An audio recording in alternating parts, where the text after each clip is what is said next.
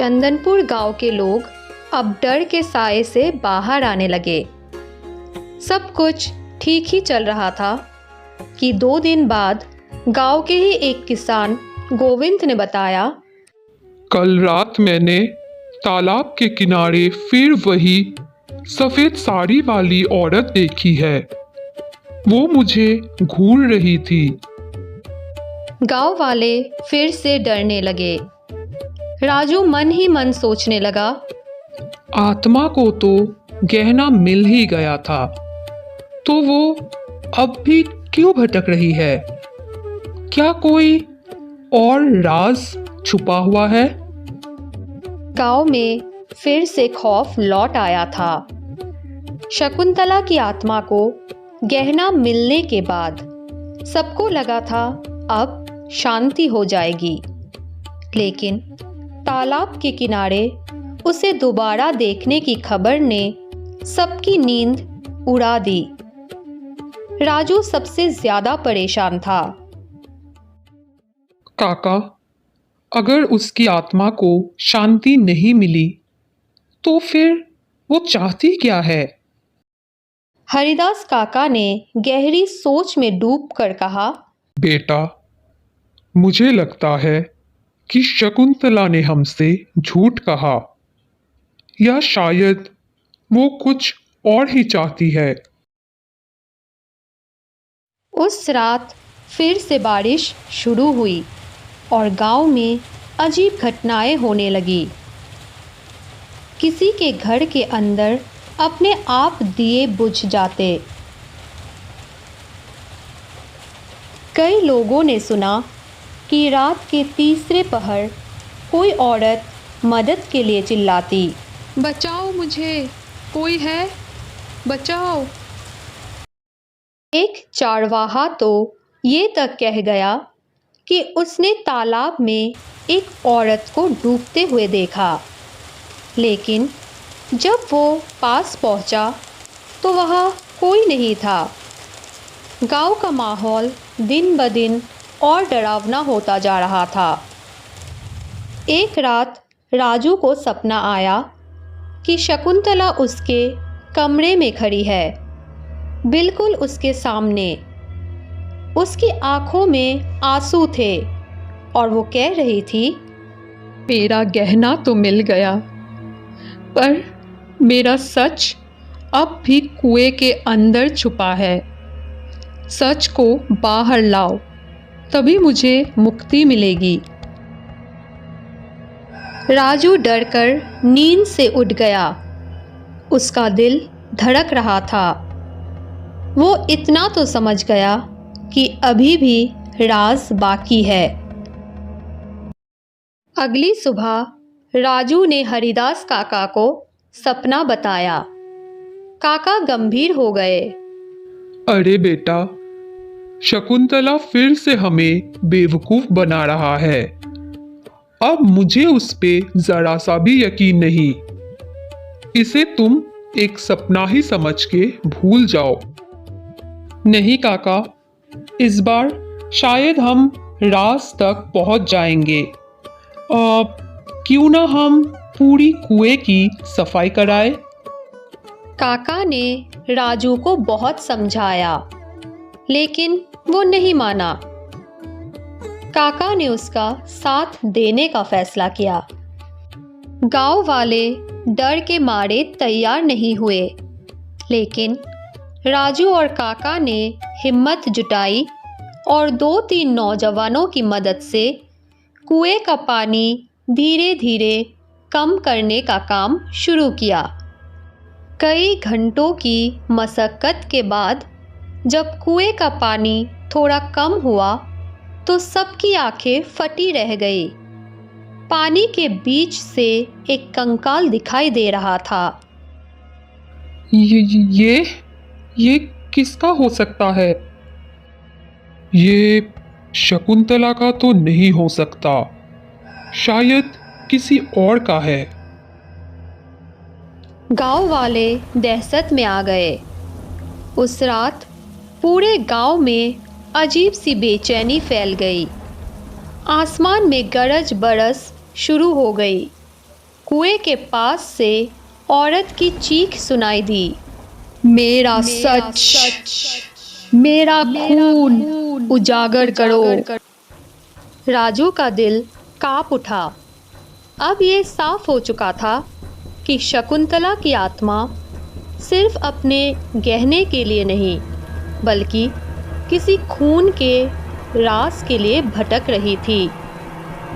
कुएं से मिला कंकाल पूरे गांव को हिला दिया। बरसात लगातार हो रही थी और गांव का माहौल और भी डरावना बन चुका था। गांव के लोग चौपाल पर जमा हुए। प्रधान राम खेलावन बोले, ये कंकाल आखिर किसका है? शकुंतला तो कुएं में कूदी थी, पर उसका शरीर हमें कभी नहीं मिला। अब ये नया राज सबको डरा रहा है। हरिदास काका ने गहरी आवाज में कहा, शकुंतला की आत्मा कह रही थी, मेरा खून उजागर करो। इसका मतलब साफ है कि उसकी मौत आत्महत्या नहीं थी, बल्कि किसी ने उसे मारा है। और अब मुझे पूरा यकीन हो चुका है कि उसकी पति ने ही उसे मारा होगा। उसी रात राजू को फिर सपना आया। सपने में शकुंतला बोली, मैंने कुएं में छलांग नहीं लगाई थी, मुझे धक्का दिया गया था। जिसने मेरा सब कुछ छीना, वही मेरी मौत का कारण है। उस कंकाल को देखो, सच वही बताएगा। राजू नींद से जागा तो उसका शरीर कांप रहा था। अब उसे यकीन हो गया कि शकुंतला की मौत हत्या थी। अगले दिन राजू अकेले ही गांव के कुछ बुजुर्गों से शकुंतला की पुरानी बातें पूछी। एक बूढ़ी औरत ने बताया, शकुंतला बहुत सुंदर थी, लेकिन सुनने में आया था कि उसके पति का मन भटक गया था। वो एक और औरत के पीछे पड़ गया। शकुंतला ने विरोध किया तो दोनों में झगड़ा हुआ। फिर एक दिन खबर आई कि शकुंतला कुएं में कूद गई, लेकिन कोई भी ऐसा नहीं था जिसने उसे कुएं में कूदते देखा हो। फिर भी सबने ये मान लिया कि उसने आत्महत्या की, पर पूरा सच शायद कुछ और ही थी। बातें सुनकर राजू का शक और भी गहरा हो गया। गांव के लोगों ने मिलकर कंकाल को बाहर निकाल लाए। कंकाल के गले में टूटा हुआ चांदी का ताबीज लटका था। एक बुजुर्ग ने देखा और चौंक पड़ा। बरसों पहले यही ताबीज तो मैंने शकुंतला के पति गोवर्धन के पास देखा था। हरिदास काका घबराते हुए बोले, अरे नहीं, ऐसा कैसे हो सकता है? गोवर्धन तो सालों पहले अचानक गायब हो गया था। किसी को पता ही नहीं चला कि वो कहाँ गया। गांव वाले चकित रह गए। तो क्या कुएं में मिला कंकाल गोवर्धन का था? अगर ये सच है तो शकुंतला की हत्या किसने की? रात होते ही गांव में तेज तूफान उठा। बरसात और गरज के बीच अब कुएं से आवाज आई जो पूरे गांव में गूंज उठी। मेरा खून मेरे पति ने नहीं किया, किसी और ने किया। सच को सामने लाओ। लोग अपने घरों में दुबक गए। राजू ने फैसला किया वो अकेले ही कुएं के पास जाएगा। कुएं के पास धुंध में शकुंतला की आत्मा खड़ी थी। उसकी आंखों में सिर्फ आंसू थे, गुस्सा नहीं। वो बोली, गोवर्धन को भी मार दिया गया था ताकि सच सामने ना आए। मुझे धक्का किसी और ने दिया था। क्या? लेकिन किसने? कौन था वो? जिस पर तुम सबसे ज्यादा भरोसा करते हो, वही मेरा कातिल है। इतना कहकर वो गायब हो गई। राजू ने गांव में सबको ये बात बताया। इस बात ने पूरे गांव को हिला दिया था। गांव के लोग आपस में बातें करने लगे कि आखिर कौन हो सकता है। राजू का मन बार बार हरिदास काका की ओर जा रहा था। काका वही थे जो हर बार सबसे पहले वहां पहुंचते थे, जिसने उसका साथ भी दिया और जो शकुंतला की आत्मा की बातें सबसे ज्यादा जानते थे। राजू घर लौट आया और सोचने लगा, क्या ये संभव है कि काका ही असली गुनहगार हो? क्या असल राज उन्हीं से जुड़ा है?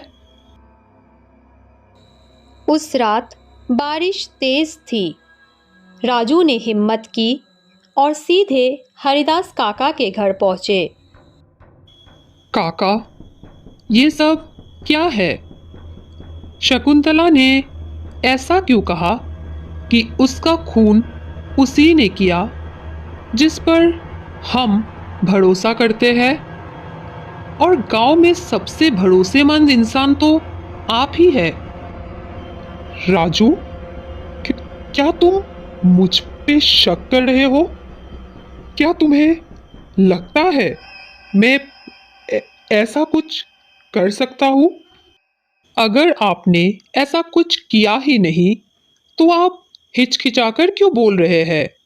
आपको पसीना भी क्यों आ रहा है? देखिए काका, आप सच बता दीजिए। काका चुप थे, फिर जोर जोर से रोने लगे। हाँ हाँ, ये सच है। शकुंतला की मौत के पीछे मैं ही था। राजू स्तब्ध रह गया। मैं शकुंतला से प्यार करता था, पर उसने मुझसे कभी प्यार किया ही नहीं। उसका पति गोवर्धन मुझसे काम में मदद लेता था और मैं सोचता था कि एक दिन शकुंतला मेरी हो जाएगी। लेकिन जब उसने एक दिन कहा कि वो मुझसे कभी प्यार किया ही नहीं और गोवर्धन के साथ ही वो खुश है और उसे ही प्यार करती है, तो मेरे अंदर ईर्ष्या की आग लग गई।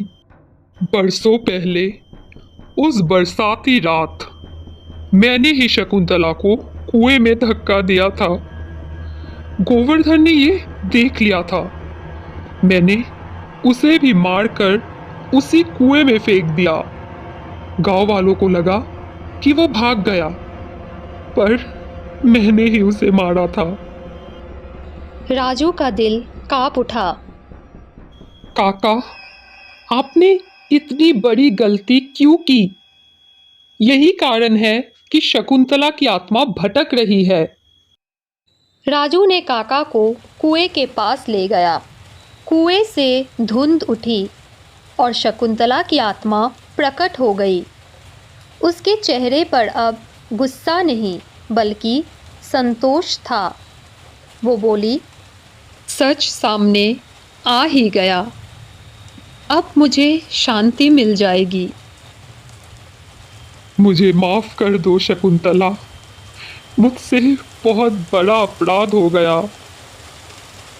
राजू ने डरते हुए बोला, अब आप चैन से जा सकती है। आत्मा ने काका की ओर देखा और कहा, तेरे पाप का बोझ तुझे कभी चैन से जीने नहीं देगा हरिदास। लेकिन इतने सालों बाद मुझे अब मोक्ष मिल रहा है। इतना कहकर वो धीरे धीरे आकाश में विलीन हो गई। गांव में बरसों से फैला डर उसी रात खत्म हो गया। लोगों ने चैन की सांस ली लेकिन हरिदास काका टूट चुके थे। उन्होंने सबके सामने अपना अपराध कबूल किया और गांव छोड़कर कहीं दूर चले गए। राजू और गांव वालों ने कुएं की जगह एक छोटा सा मंदिर बनवाया। लोग मानते थे कि अब शकुंतला की आत्मा को शांति मिल चुकी है। बरसात की रातें अब भी आती थी, लेकिन उस डरावनी चीख और सफेद कपड़े वाली परछाई का साया कभी नहीं दिखा।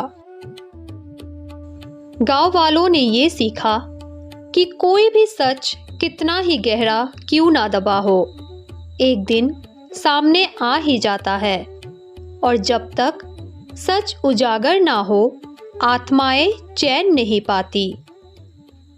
राजू अब भी सबको कहता था, वो बरसात की रात मैं कभी नहीं भूल सकता, जिसने मेरी जिंदगी हमेशा के लिए बदल दी।